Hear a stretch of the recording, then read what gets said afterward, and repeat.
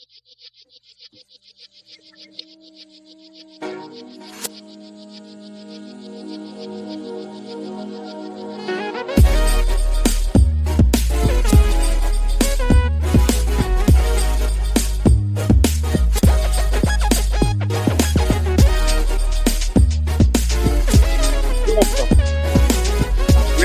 Avenue Radio App in partnership with King County Parks presenting Earth Deserves More Than a Day. We have another panel discussion for you right now. It is entitled Mitigating Climate Change Through a Stable Local Food System. This panel is going to be moderated, facilitated by Nancy Weezar from Weezar Consulting. Nancy, take it away. Thank you, Tony. Good morning, everybody. We're so excited to be here today with Rainier Avenue Radio.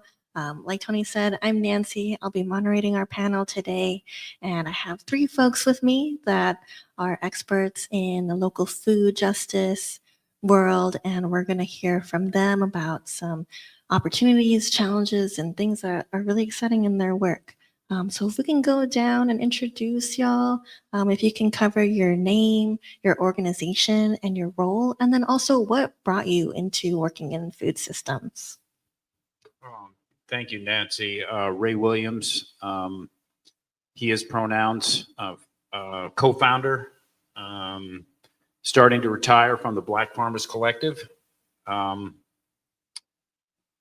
got me into food systems, I was a career science teacher and teaching nutrition and science and loving to grow things. I wanted to try to help my community here, born and raised in Seattle. So I thought, maybe growing a little of your own food might be one of the best things you can do for your health. And so I started to try to promote, give people opportunities to do that. And that led over a number of years to forming the Black Farmers Collective. Thank you. Good evening, or excuse me, good afternoon, rather. Mine is jumbled a bit. My thanks, Nancy. My thanks to the radio station for having us here. My name is Brukhab Sisai. I have the privilege of working as a community educator for Black Farmers Collective. And in that role, I really get to offer support at Yes Farm, which is our urban farm in Seattle, right off of Yesler Way near the freeway, where we host a number of educational programs and grow food for the community. What brings me to this work is a few different things. So first off, my background is in Black studies and in ethnic studies. So I got a degree in ethnic studies from the University of Washington. Went off thinking I was going to do a PhD. Didn't complete that and got to do my master's, but in that process learned a lot about American history, a lot about the Black freedom struggle and how integral food is to that. And so that was just a natural transition. And now I get to do a lot of work doing community education and essentially bringing Black studies to the farm. That background in academia is one piece of that. The second piece is heritage. So my family is from Ethiopia. And right now in Ethiopia, 85% of people are agriculturalists, live off of the land, work the land. And so a big part of what I wanted to do is embrace that heritage and also think about the connections and opportunities for solidarity building within our diverse Black community, especially here in Seattle. So so the academic background, the heritage piece, and then finally just seeking health and healing in the land. My family sadly deals with a lot of diabetes, a lot of health issues that come from poor quality in terms of the food we have access to. So just trying to address that and also seek mental health in the garden. Thank you. Happy Earth Week. My name is Camille Gipaya, she, her pronouns. I'm a youth rep as part of the Green New Deal Oversight Board in City of Seattle. I'm also the program manager in the advocacy department at the Urban League of Metropolitan Seattle. So we have different policy focus within that department.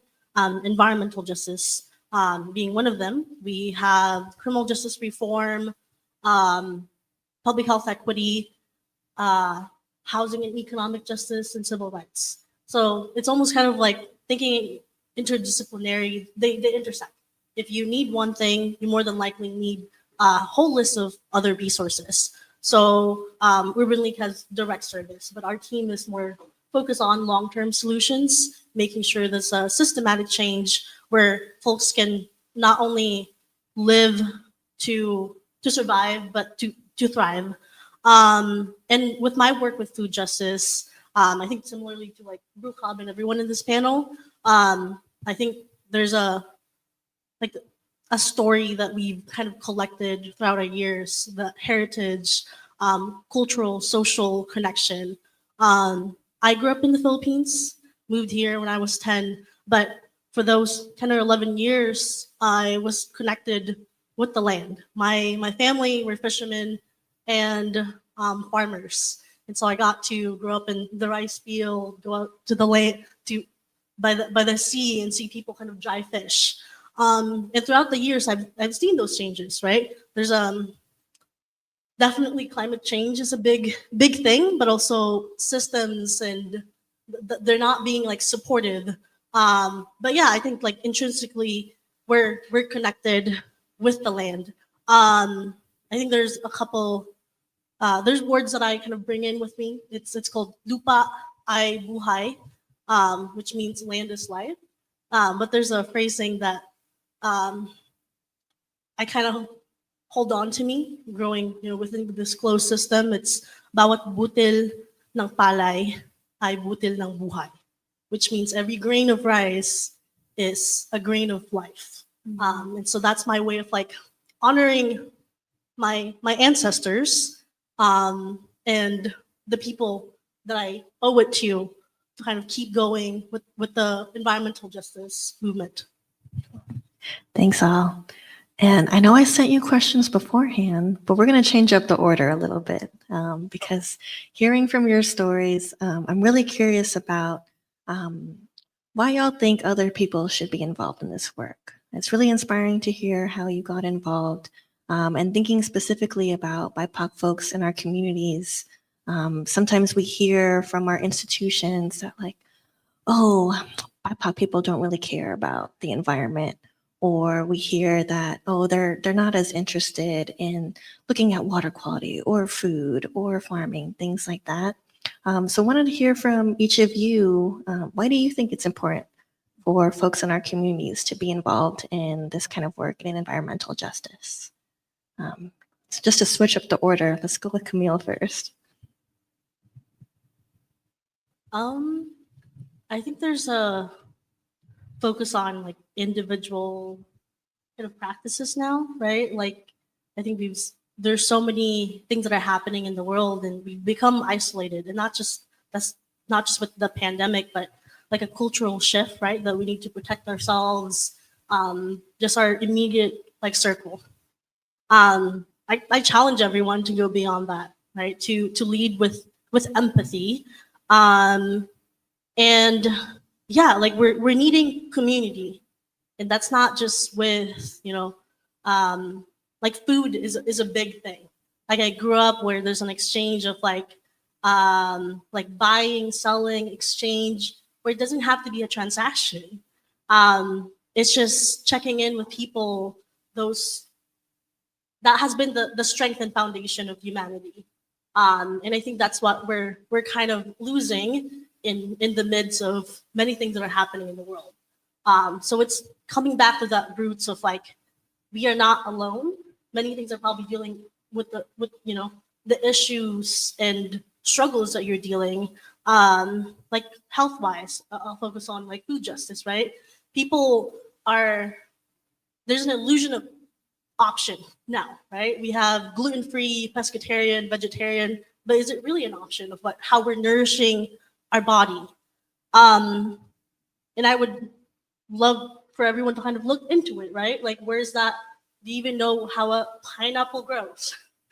What is in products of like gluten-free, right? Like, why are things seedless? Like seedless watermelons, seedless lemons. Why is that a trend? So there's a lot of information out there, but there's an illusion of option. And so I want people to kind of see and be more connected in that decision-making process. But yeah, like being in community and challenging what we have right now as like option. So. Yeah, beautifully said. Yeah, thank you for that question, Nancy. I think about a few things there as far as like why BIPOC folks should be, aware of food justice inequalities or just the system and engage in environmental justice. And so the first part is that we're all a part of it, right? We're all a part of the food system. One of the things we try to do is to give folks an education about how that is, right? Because we are often miseducated. But yeah, the food system involves all the different pieces of food being produced. So from the folks growing it, to the folks harvesting it, to the folks transporting it, to the folks cooking it, to those of us consuming it, and then also the waste that's produced off of that.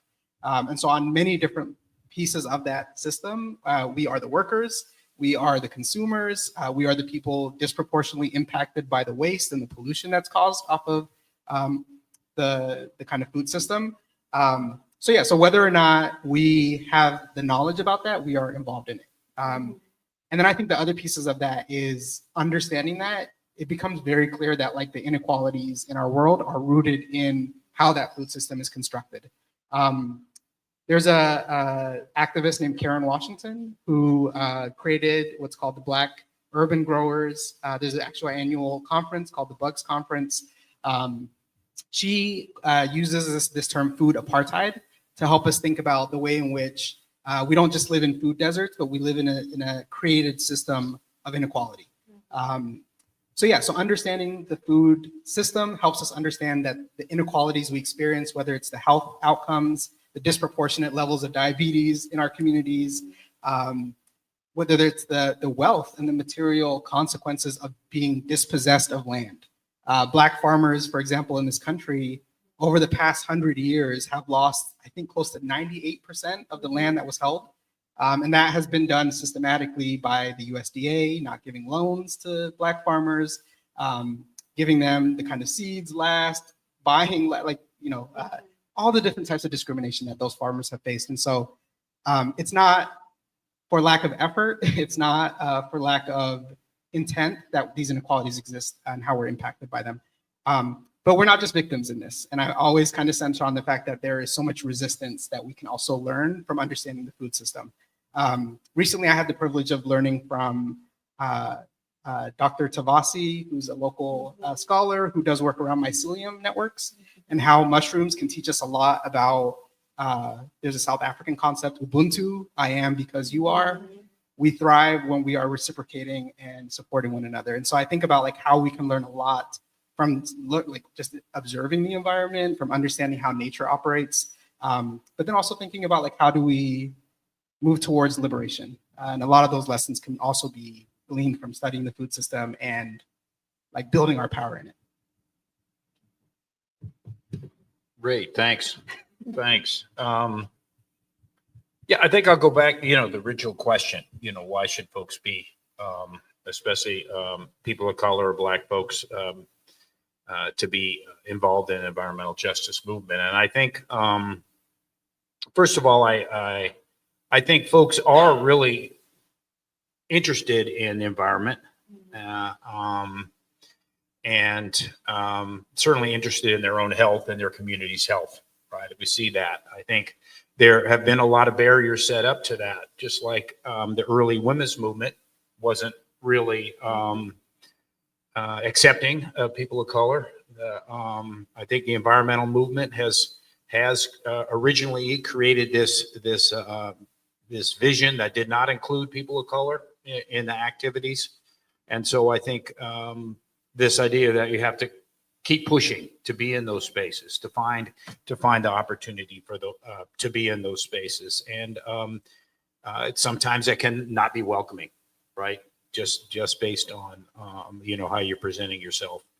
I think, that's one of the reasons that thinking about starting the Black Farmers Collective and getting involved in food, right, was the idea that we're in many ways excluded from different things. And I was in education. Okay, who's getting the poorest outcomes, okay, of a system designed to have Black people, especially Black boys, fail in that system. I think you look at health outcomes in the United States, you see that, and Cobb talked about this, families, the diabetes and other poor health outcomes. And so I think part of our job, right, is to encourage people to get involved, to offer some education around what is it. I mean, if you understand the system that you're in, you're much better able to protect yourself from it, right, in many ways. I think the food system, is one of those oppressive systems. And so, I think I would ask folks to think about, well, what is the food? Where is the food they're eating coming from? How can you be more involved on that level? And then also, try to get together, not be independent, right? But be in groups to be able to, because I think together we're going to be stronger in terms of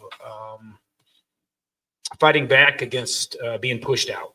Right. One of the reasons that we really went for this Yes Farm site, it's in the center of Seattle, was an opportunity for Black leadership on the land, right? In a city that's rapidly gentrifying, density, urbanization. Okay, what gets pushed out of urbanization? It's green spaces, along with the people. It's the green spaces. We've got a lot of neighbors that used to grow in their backyards. Well, now if everyone's living in an apartment, you can't grow in your backyards. It's even more important to look at the spaces around you and have some creativity about what. And I think we all have been, as a group, very. I'm searching for the word, but. We have a lot of forethought. We have a lot of energy. We're very forward-thinking folks, and I think we do more with less.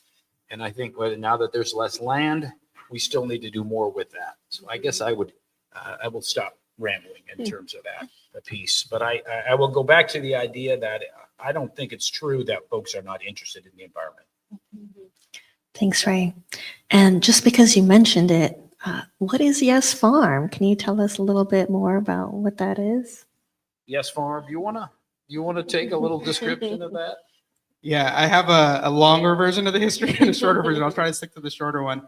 I'm a historian in part by training, and so I love to tell the story because you can tell the history of our region. If you get a chance to visit us, we invite you. So where we are on First Hill. So Yes Farm is about 1.5 acres. It runs the strip of the freeway right of way from Yesler down to Jackson. And we have a few kind of spaces in Yes Farm. So we have coming in from the Yesler side, we have a greenhouse. We have community garden beds where many of our neighbors grow their own crops. We have production fields where we grow for our community partners and also invite folks to come and just harvest themselves. We have some fruiting trees, we have some berries, we have some terraced beds, which is also an opportunity to educate folks about different farming styles. A lot of our immigrant communities come from places that have terraced farming systems, and a lot of that is about, capturing water, about conserving and improving the soil, regenerating the soil. We also have urban forests, so we're doing some conservation and reforestation work, planting some medicinal plants, native plants there as well. So it's a green space in a concrete jungle, and especially with our neighbors, Yesler Terrace, which has a really powerful history. Ray mentioned a bit ago that folks were gardening in their backyards. There are these images that you can see of gardening competitions where the families in the Yesler Terrace neighborhood were growing for themselves and celebrating that. And with the housing crisis and the need to develop more housing, I think somewhere around, forgive me if this figure is wrong, but it's close to, I think what I've heard is 400 families is now 2,000 families. So there's way more people there, but no gardening space. And so we are really trying to center Yes Farm as a growing space for that broader community. So that's a little bit about that. Thanks so much for Cobb. So when I asked y'all about why it's important for BIPOC folks to get involved in this work, you spoke a little bit to some challenges. that our communities face. Can you speak to what are the challenges that you all are facing as you're leading in this work? Some barriers or things that have come up for you? Whoever is ready, I'll let y'all pick. I'll start. Sure. Challenges. I think, I think if you start from the larger picture of challenges and trying to create a local sustainable food system, again, one of the big challenges is climate change, right? And so that's part of the work that we do, is trying to look at, number one, what does farming do to hurt the climate, and how can we not do that, right? And then the other thing is, okay, we know that changes are coming. We can see those changes. Right? Hotter summers, less rain. So, how do we start to adjust our practices to be able to adjust to the changing weather in terms of that? I think one of the biggest concerns of farmers in this area, especially Western Washington, is the price of land and access to land. And so that's something I think we as a nonprofit are trying to step into. The idea is, well, individual farmers may not be able to get their land, but how can we support that infrastructure? Mm-hmm. And whether it's infrastructure in land or whether it's infrastructure in storage or production facilities, that's something that we're trying to move into, as a nonprofit. So I would say, land and water are the biggest challenges for farmers, right now, and then for us, competing for that space. Yeah. I think for, speaking as a nonprofit, capacity building to have a sustainable long-term movement is really challenging. Resources, grants, people to work. The environmental justice is, there's an ebbs and flow of, just fluctuating resources that are happening. And so you're losing people, you're losing that connection also with established organization. And then you're losing connection that individual has built with community. Because environmental justice, working with food systems, any type of community-based solutions require individuals that are really on the ground. So really highlighting like grassroots organizing is a big part of this work. So you're having to consistently kind of, not only with the climate change itself, right? But just the people and resources, you're having to figure out solutions, and then some portion might give out on what you could do with like just limited resources. So I think that intergenerational component is really critical. And so thankful to have worked with Ray and just various, group of people, age-wise and just background. So we're having to exchange skill set, just information to build the movement. Otherwise, it will not be sustainable. So that's a constant challenge that we're having to do, that community knowledge, that traditional knowledge that we're building, right? Because even if I'm not able to step in those spaces, someone can. So, or being able to step back. It's like sometimes like I don't have a sustainable, like an input in that matter, but someone else might. But it really is like the community that's constantly changing, and working with communities that are gentrified. There's housing issues, and so we're needing to have those changes. And one thing that I also want to point out is that within the environmental justice movement, right, we're trying to have that healing component, that spiritual connection with the land, addressing the harms that has been done in Black and Brown communities, right? Just that, like, zip codes can be a determinant of how long you will live, what your health is going to be like for your lifetime.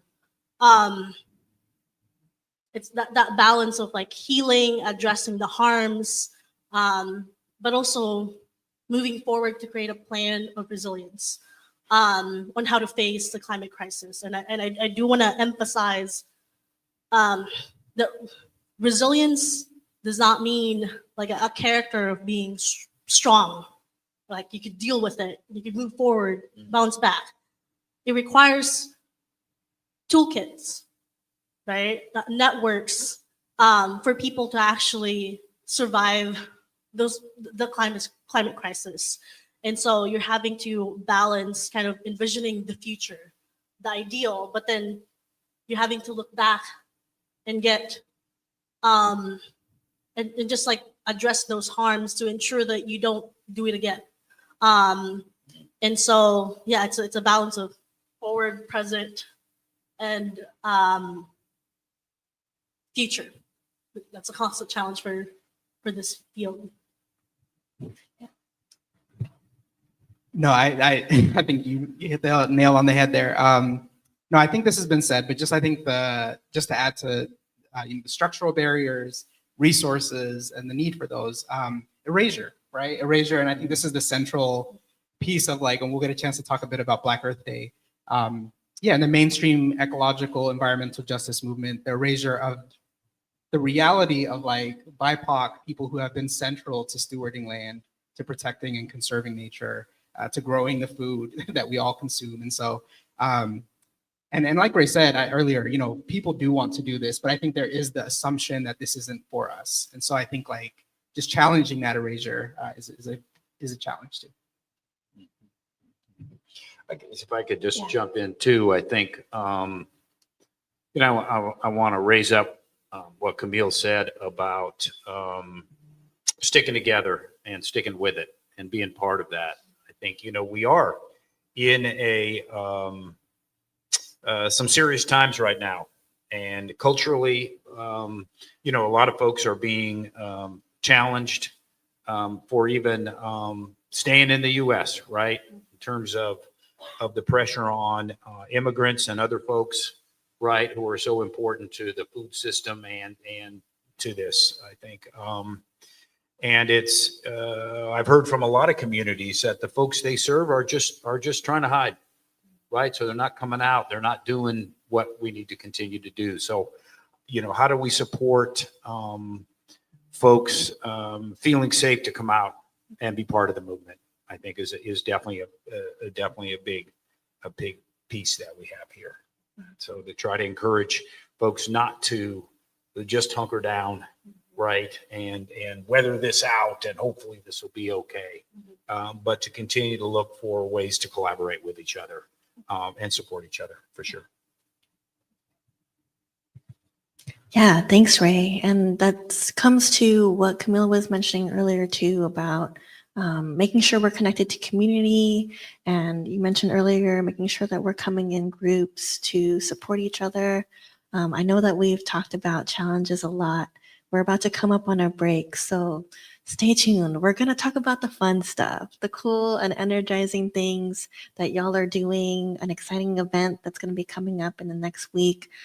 So once we get back from break, we'll talk about those opportunities and hear from y'all about what's coming soon.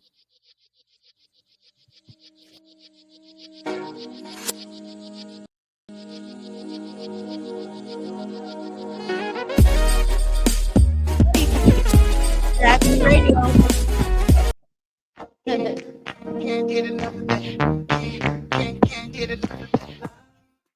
A new law is helping people save more money on prescription drug costs. You may also be able to save with Medicare's Extra Help program. Your premium cost can be zero and your out-of-pocket expenses are low. Who should apply? Single individuals earning less than $23,000 a year, or married couples earning less than $31,000 a year. Even if you don't think you qualify, you should still check out this program. Visit ssa.gov/extra help. Medicare costs are covered by the U.S. Department of Health and Human Services.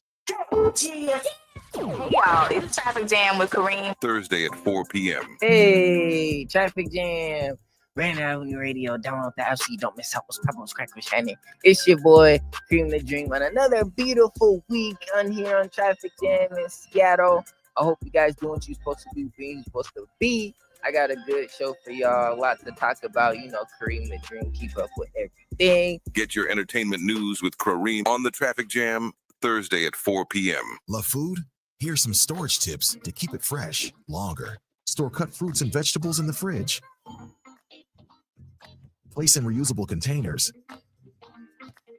Keep bread in the freezer for longer storage. 40% of food in the U.S. goes uneaten. Save money, save food, save the planet. Visit Seattle Public Utilities for more tips.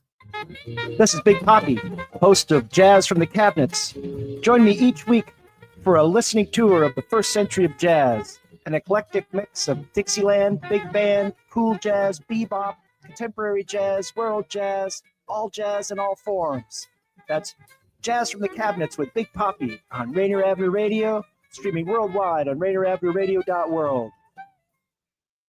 Sediment cleanup of the lower Duwamish River has begun. The U.S. Environmental Protection Agency and the members of the Lower Duwamish Waterway Group, which includes King County, the City of Seattle, and Boeing, have begun sediment cleanup of the Lower Duwamish Waterfall Superfund site. This important environmental project will address sediment pollution and help restore the health of the Duwamish River. Starting in the waterway's upper reach, construction activities extend from the south 102nd Street Bridge down straight to the Duwamish Waterway Park. Over the next 3 years, in-water activities will occur from October to February, ending in February 2027. Visit ldwg.org to learn about the upper reach cleanup and sign up for email updates. You're listening to Rainier Avenue Radio.world.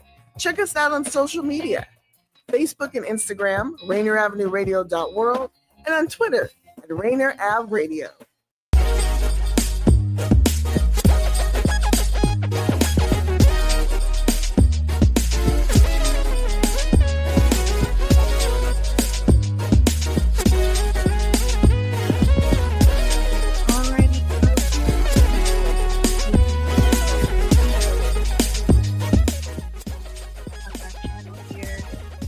Mentioned. I know it was a little down before we went to the break, but now we're going to talk about really amazing things that these two orgs are doing. So I know y'all host something called Black Earth Day. Can you tell us a little bit more about that event and what y'all do?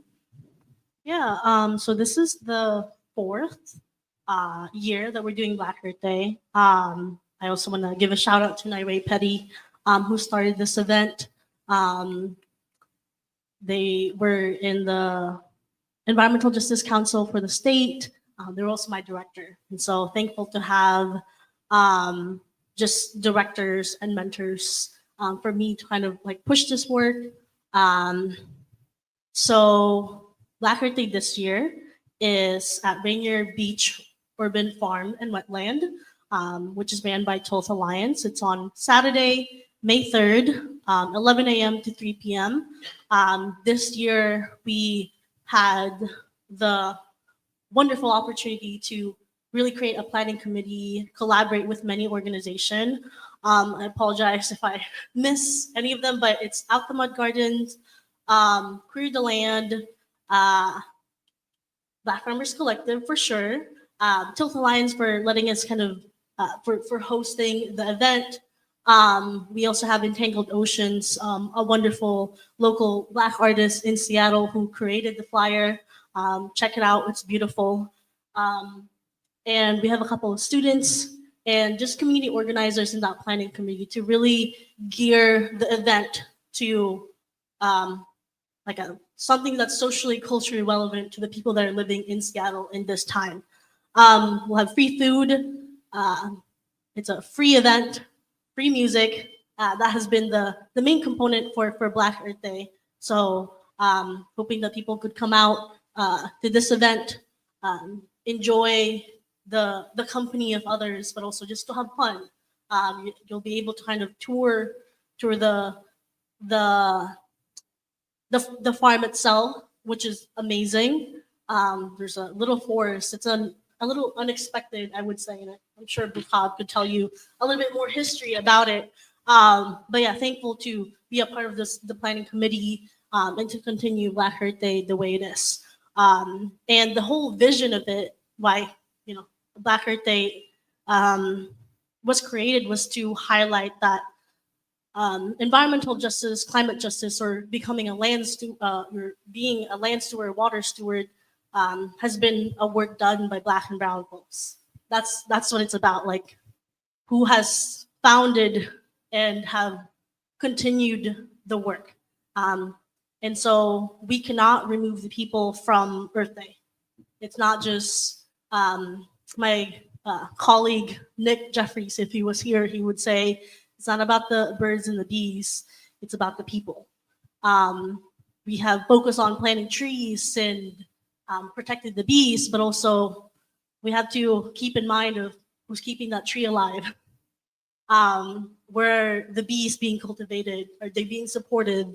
But yes, we're putting people in how Earth is being, there's an exchange of resources and cultivating and caring that we need to emphasize with Earth Day. It's not just about water, the land, but how we're all connected in this circle of life. I'll let Rukan kind of.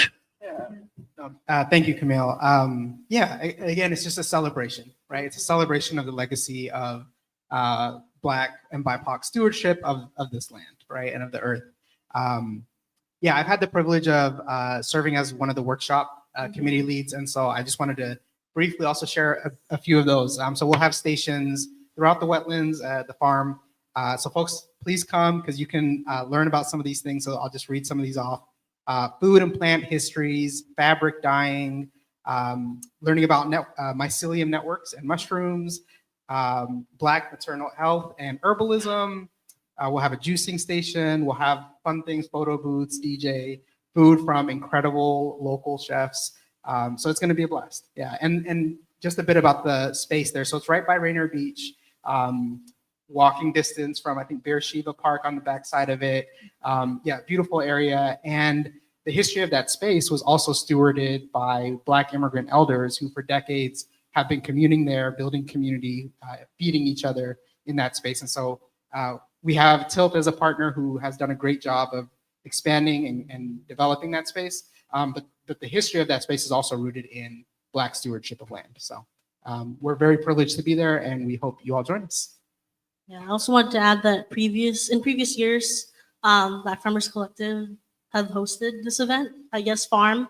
And so we're really highlighting just urban green spaces that like we are here. And we're still gonna be here. So thankful to be continuing this collaboration and partnership with Black Farmers Collective throughout this year's. Thanks, y'all. And can you remind us what day and time that is? Yes, it is Saturday, May 3rd, 11 a.m. To 3 p.m. Yes, Rainier Beach Urban Farm and Wetland.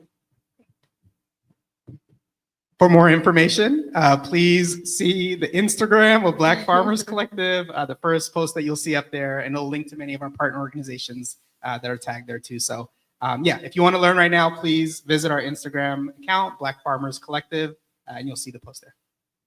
Thanks, y'all. And another question out the books. I'm curious, you mentioned culturally relevant events. Can you speak to what that means and why it's important to have events that are culturally relevant for folks in our community? I think the main thing to put out is that it's accessible to all, right? And that means many various things, right? It could be just food options.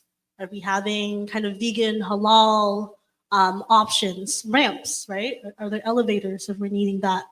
But also content, right? We have language component to it, making sure that can they hear when someone's speaking? Do we need a translator? But when it comes to content, like who are we targeting? And with Seattle, we work, I know for our team, Black Farmers Collective also, it's Central District, Rainier Beach, Columbia City, these areas that are very diverse language-wise, ethnicity, and race. And so we're having to create content that is accessible to them, right? That they could consume, to almost like, because people are not going to show up if it's not for them. So it's making sure that it's for them when we're advertising, when we're creating. So at different points of that process, making sure that people are welcome and they feel safe, right? Those are biggest thing when we're talking about like just accessibility. There's that cultural component to it. Because I know for me, if there's no food, I might not show up, right? Music, like what type of music are happening. So we're needing kind of like a community, what that community looks like, geography. But yeah, there's just many moving parts in an event, policy making in different areas. Thanks, Camille. Great. Really looking forward to that event. I'm hoping to be there. I'm wondering for y'all, we heard from you that there's a lot of barriers in this work sometimes. It can be challenging to be in this field. What are some other things that excite you and keep you in this work after the day-to-day? Yeah, I guess I could take that one. I mean, it's been a lot of years working on this, but it's because it's very rewarding. I think,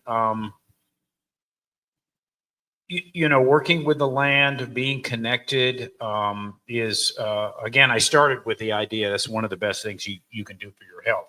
And when I went into it, it was about nutrition, right? That the food system has, just like all systems, right, in the U.S., it's how to make money. And so how do we make a product that's cheap as possible and then get people to buy it? And so we are all pushed to that inexpensive, easy food options, right? Because we're very busy trying to make money to buy that food.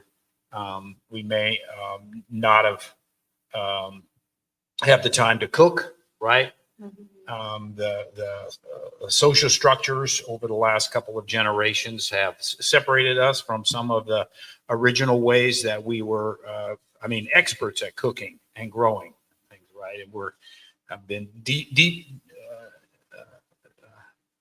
depowered, I'm not sure the word right, from that. And so I think, for me, again, I've got into it with this idea of trying to support people to be able to grow and then understand how to cook some of that food so they could be more healthy. But, I've learned that these health benefits, and it's affecting me. I mean, I can see it in my life. The community that you build around being together and growing food and being there, actually being on the land, connecting to the land itself. We're so, historically, folks were connected to the land, right? And that's part of humanity, is being connected to the land and nature.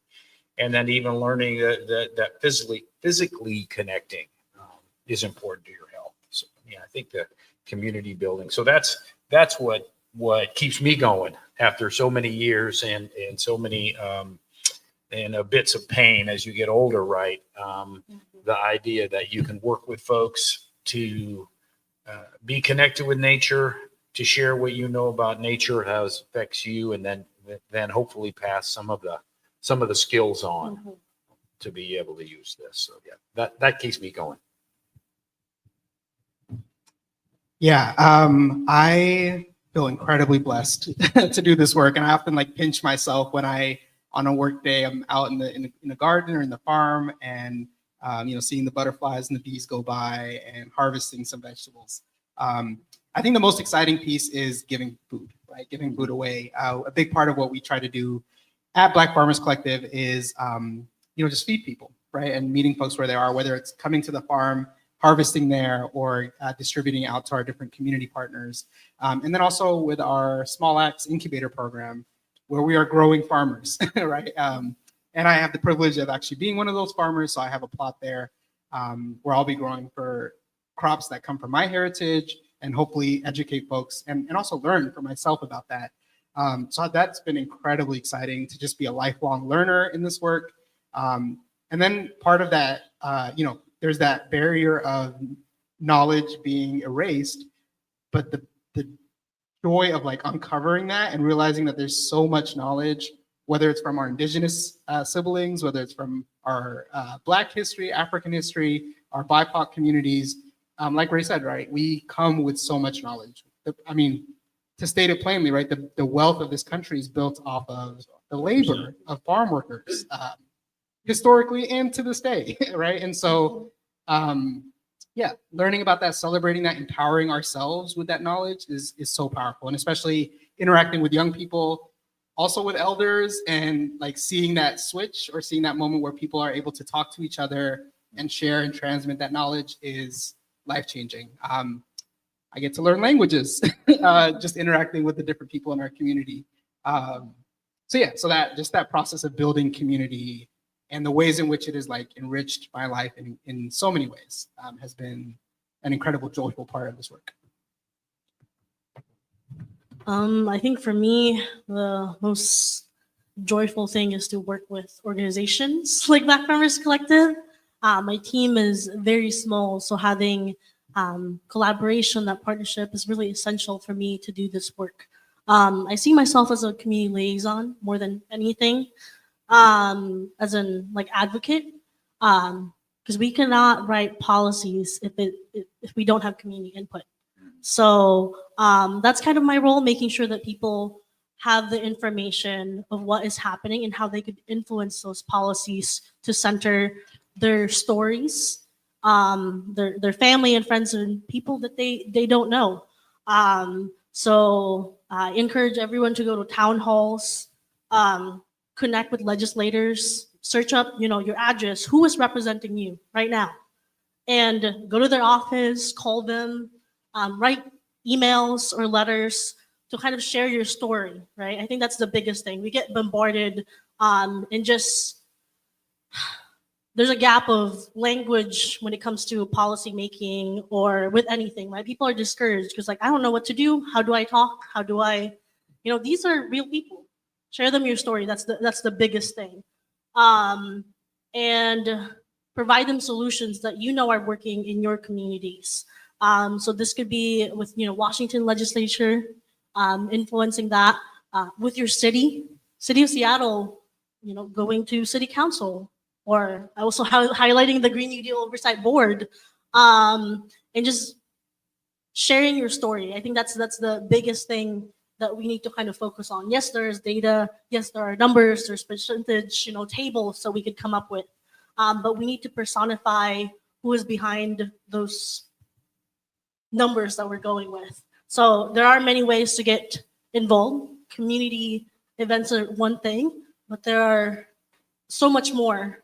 And we're a resource in this community as organizers. Thanks, Camille. So we have about 10 minutes left, and Camille started to speak to this, but I wanted to ask everybody else too, what advice do you have for others who are interested in learning about food and environmental justice? What resources can you offer or point folks to? I'll start a little bit. And I just want to pick up on something that was mentioned earlier about labor that built the country, right? I think we should not discount also the expertise, right? This is not just labor. It's skilled labor, right? People were stolen from Africa because they knew how to grow rice. Yeah. And they were brought to the United States and built the fields that Carolina rice, right, is something. And so not only was there the labor, but the expertise really to build the food for the country, right? And then, later on, the rest of the crops that were so valuable. So yeah, advice for people. Yeah, and speaking to that too, Ray, I feel like in our public school system, right, we don't learn about things like that. So where can folks find those kinds of resources to get that kind of information about our history? Well, certainly stay tuned to all the workshops that Brukab is going to be offering on the history and contributions of Black folks and other folks definitely follow us. Right now, Yes Farm is closed or right next to a construction site. And so we want to make sure it's safe right now. but it's going to be opening very soon to be able to come out and learn there. I think there are more and more stories being told about the contributors to agriculture, and searching out those. I think are a great way. I think you're going to be learning something when you go to the Earth Day events on the 3rd, and don't forget that there'll be Earth Day events around Seattle this weekend as well. So get a chance to get out and participate on those things. Yeah, I think a lot of this and the information is out there is to actually think about doing some research, right? Just go ahead and Google a few things, spend some time about thinking and learning, seeing what you can find, and that often leads down many paths. And this is the idea about being a lifelong learner, is going ahead and saying, well, wait a minute, yeah, I do eat, right? Where does some of this food come from? Right, spending that time, online with social media, actually learning some things, I think is definitely an opportunity for people. And then to reach out, we have a list of local farming organizations, depending on where you are in the city and what you're into. So, yeah.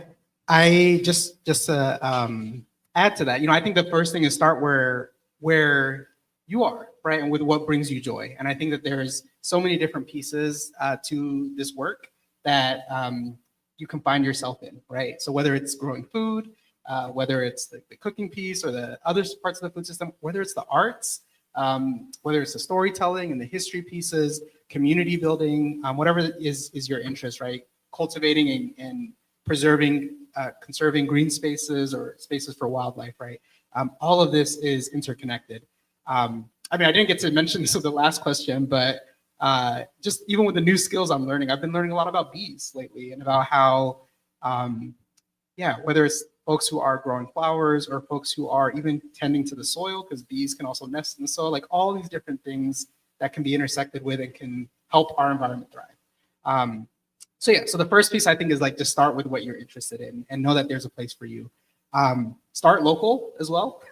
There's a lot of great folks who are doing this work. I've had the privilege of transitioning in this last year from academia to doing food justice work. And I've just been astounded by how many incredible individuals, organizations, collaboratives there are out here. And I can list a few of those just to kind of point folks in the right direction too. And a number of these are actually our collaborators for Black Earth Day. And I really, again, May 3rd, pull up, because a number of the folks who are hosting the workshops are leaders in a number of these organizations and are like directly sharing their knowledge and their skill set. So so in addition to Black Farmers Collective, many of our local partners include Rainier Beach Action Coalition, Nurturing Roots, Clean Green Farm and Market, Skyway Silent Task Force, Black Star Farmers, Ayeco Farms, the Black Food Sovereignty Coalition. And let me clarify, all these are in the Northwest. And so we have like great organizations, Creative Justice, Heron's Nest,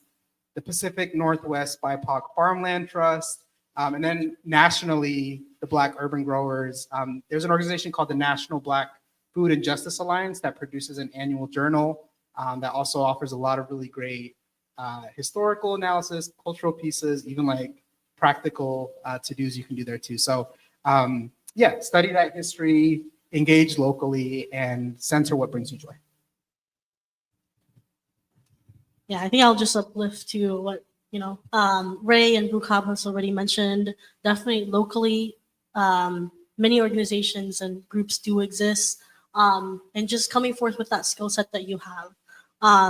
Could be with like music or art or policy. There's also my team is working on community assemblies right now to make sure we have that community input in policy making, but it doesn't have to be there, right? Consume media towards kind of that learning, right? So I know for me, like The Hoodwinked in the Hot House, a great book in itself, High on the Hog. So you could even consume it in that way if you prefer it rather than reading a book. Challenging yourself to find like those resources, starting out with the organization that you have, but mainly just talking to people, ask those questions that you have. write them down. Ask them to. They don't have to be an expertise, honestly, but make sure you're having those conversations with your family, your friends, and strangers about environmental justice, climate justice, and just checking in with people and how they are, and how we could come as a community to be resilient, because we need a community to be resilient. Great. Thanks so much, everybody. And we're going to wrap up our panel now. I want to ask one final question, another one not in the books. But if you could offer 3 words for folks to put in their Google search, what would they be? Black farmers. Collective? Well, I'm reading a book right now. It's called Black Food Matters. It's an edited volume that just explores a lot of these topics that we talked about. And so, yeah, Black Food Matters. For me is environmental health disparities. It's an EHD map. I encourage everyone to look up their school, their work, or their home. You can find many information about the area that you're living in Washington. So environmental health disparity map or EHD map. All right. Thank you all so much for your time today. And thank you to our audience who's been around with us for this last hour. You have plenty of resources to look into, and look forward to seeing folks out on May 3rd at Black Earth Day.